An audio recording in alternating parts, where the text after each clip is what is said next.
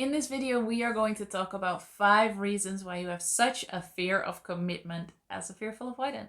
I am Pauline and I am so happy you are here because commitment is quite a big thing for a lot of fearful avoidants, and even though you kind of want it in one sense, you are actually also very scared of it. And this is where it distinctly differs from somebody who is dismissive avoidant, who probably just doesn't want any commitment whatsoever. So specific reasons why, as a fearful avoidant, you might jump into things and go at it completely full force 100% and think, I'm gonna see this through to the end. And then all of a sudden you find yourself pulling back, destroying what you made, what you created, pulling out, pushing away, and anything. These 5 reasons can definitely have something to do with that. The first reason is that you are afraid to disappoint. And with commitment comes expectations, according to the fearful avoidant. So you feel like when you commit to something, you have to meet other people's expectations. And that could be a relationship, a romantic relationship. It could also be in your work. So commitment means meeting expectations consistently, and that is something a lot of fearful avoidants struggle with. The thing is, what if it wasn't true that you have to meet expectations? I know this might sound weird, but for instance, in relationships, a lot of fearful avoidants and actually dismissives also have this fear, this feeling that they have to meet expectations and they probably won't, so they will disappoint. Where in a healthy, committed relationship, there aren't that many expectations. Of course, there are some very practical things. If you run a household together, there are expectations that you share that. But it's not like you have to be this perfect person and have to perform every single day and have to always say the right thing and do the right thing. And therefore, you are struggling with what you think other people are expecting from you when they might actually not really be expecting anything from you. Then also, what is very important to know is that expectations are always the responsibility of the other person. And a fearful avoidant tends to take that on as their responsibility. So as soon as there is an expectation from a boss, from a colleague, or from a partner, you feel like you have to meet that expectation. And that's not true. So when you take away the belief that when somebody has an expectation that it's your responsibility to meet that expectation, when you take that away, the fear to disappoint also kind of falls away. Because you know that any expectation somebody sets, it comes from their beliefs, it comes from their fears sometimes. And of course, in a work environment, there are certain things that you can discuss that you are or are not going to do. But it doesn't mean that anytime anybody expects anything from you that you have to meet that. It doesn't mean that. Expectations are from other people. They are not your responsibility. And so even when you disappoint other people, that doesn't mean that you're a bad person or that you failed. It could be that the expectation wasn't fair, wasn't realistic, and you don't have to be superhuman and be able to meet unrealistic expectations.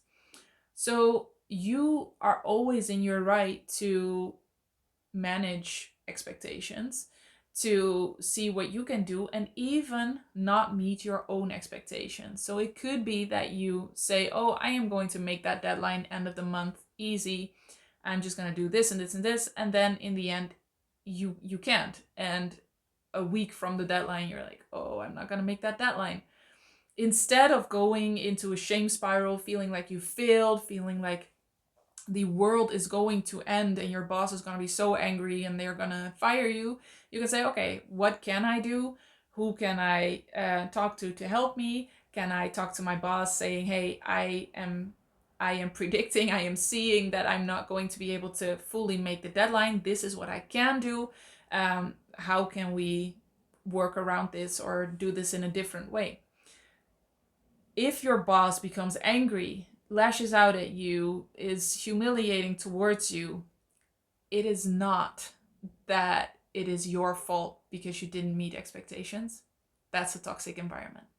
That's a toxic reaction. A secure reaction would be, oh, okay. Well, we can see if we can ask John to help you with this. We can see if this part is really necessary. Maybe it's not. Maybe we can do this in a different way. There is always solutions. There's always different ways to go about things. So other people's expectations and even your own expectations aren't a very set thing that you have to meet. And releasing that, knowing that other people's expectations are their responsibility and it's not your responsibility to meet them, can release that fear of disappointment and therefore makes it easier for you to commit to things.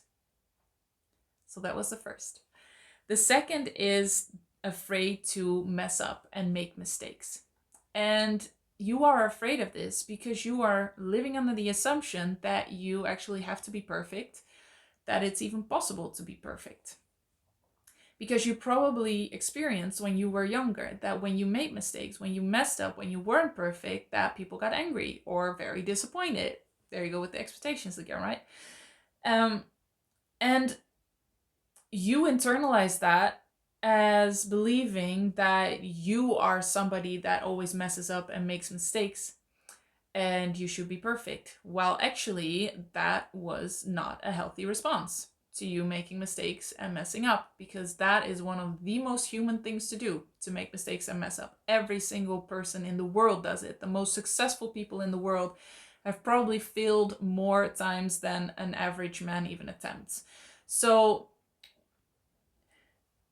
making mistakes and messing up only warrants a reaction of, oh, okay, everybody makes a mistake. Let's see how we can solve this together and make a plan. That's it.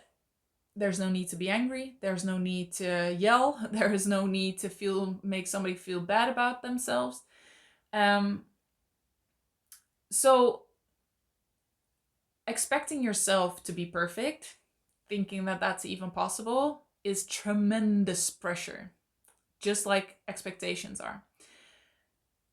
Under pressure, you're not gonna want to commit, because commitment equals the pressure of having to be perfect and having to meet expectations that you're not quite sure what the expectations are. Of course, you're not gonna want to be committed to anything.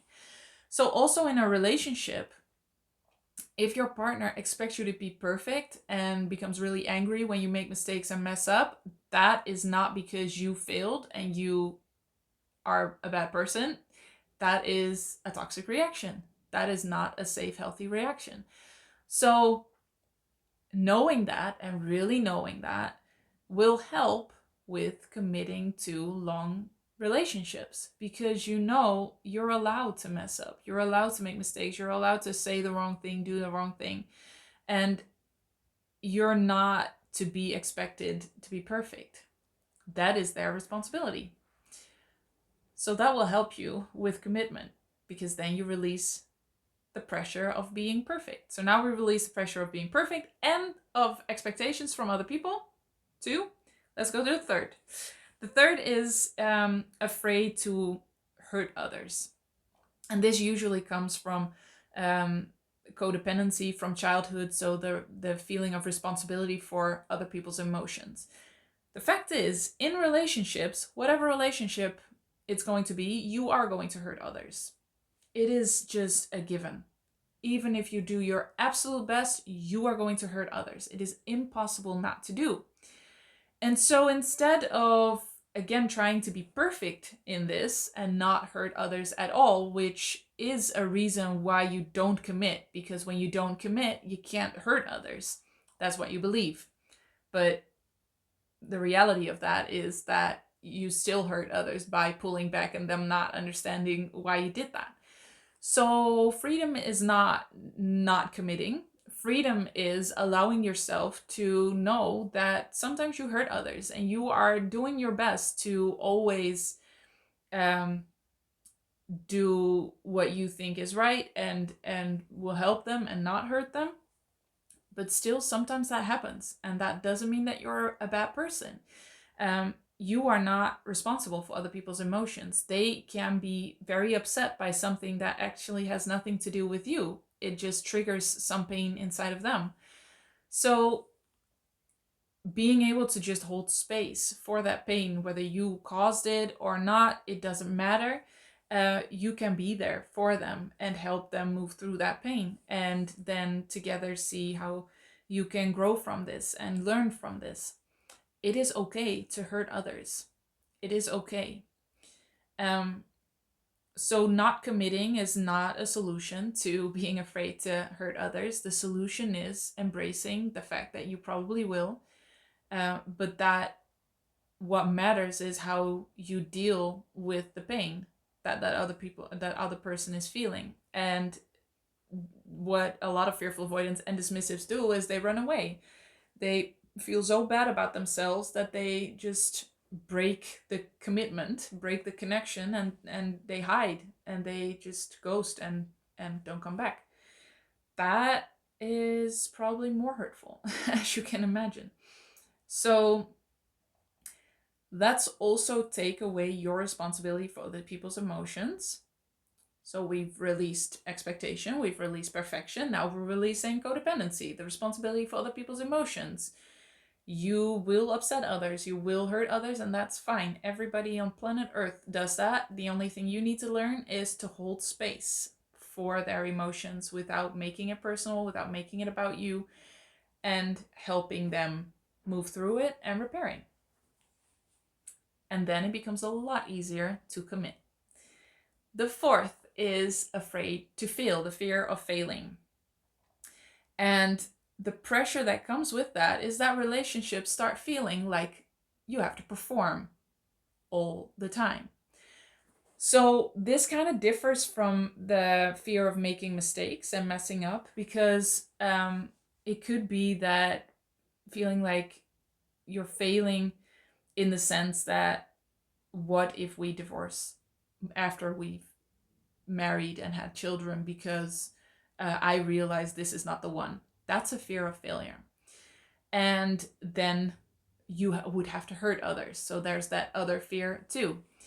The fear of just not doing it the way you think it should be done makes relationships feel like performing. While in reality, your relationship is also yours. So where a lot of dismissives and fearful avoidants go into relationships thinking they just have to completely surrender to whatever their partner wants, and meet all their expectations and be perfect and take responsibility for all their emotions, that's just such bullshit, because this is also your relationship. What do you need to feel safe in the relationship? What do you need to make this relationship work for you? It's a two-way street. It's not you adapting and adjusting completely to another person and being this superhuman. Absolutely not.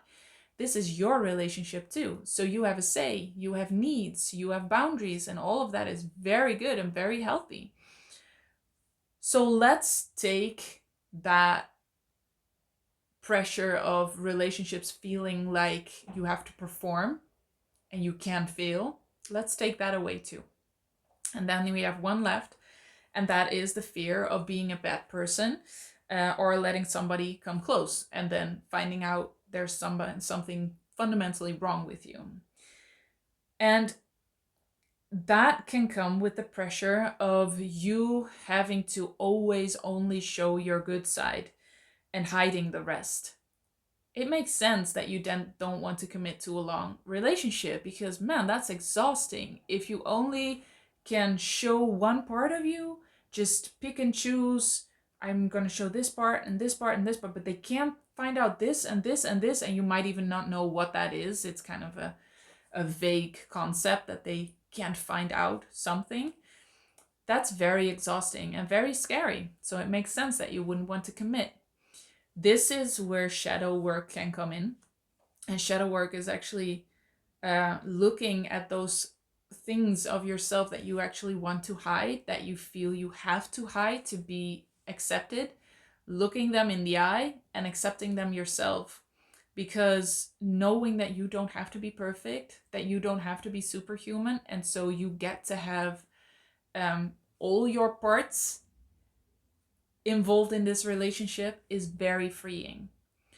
And again, this is also your relationship. So you get to be there fully, all of you. And that can still mean that you're trying to do your best and that you're working every day to become a better version of yourself because you want to, and because you know that long and happy relationships can be built on that. But it doesn't mean you have to hide whole parts of yourself, because otherwise that other person is going to find out you're a bad person and everything will fall apart. That's a lot of pressure to take on your shoulders, and therefore commitment can feel so heavy.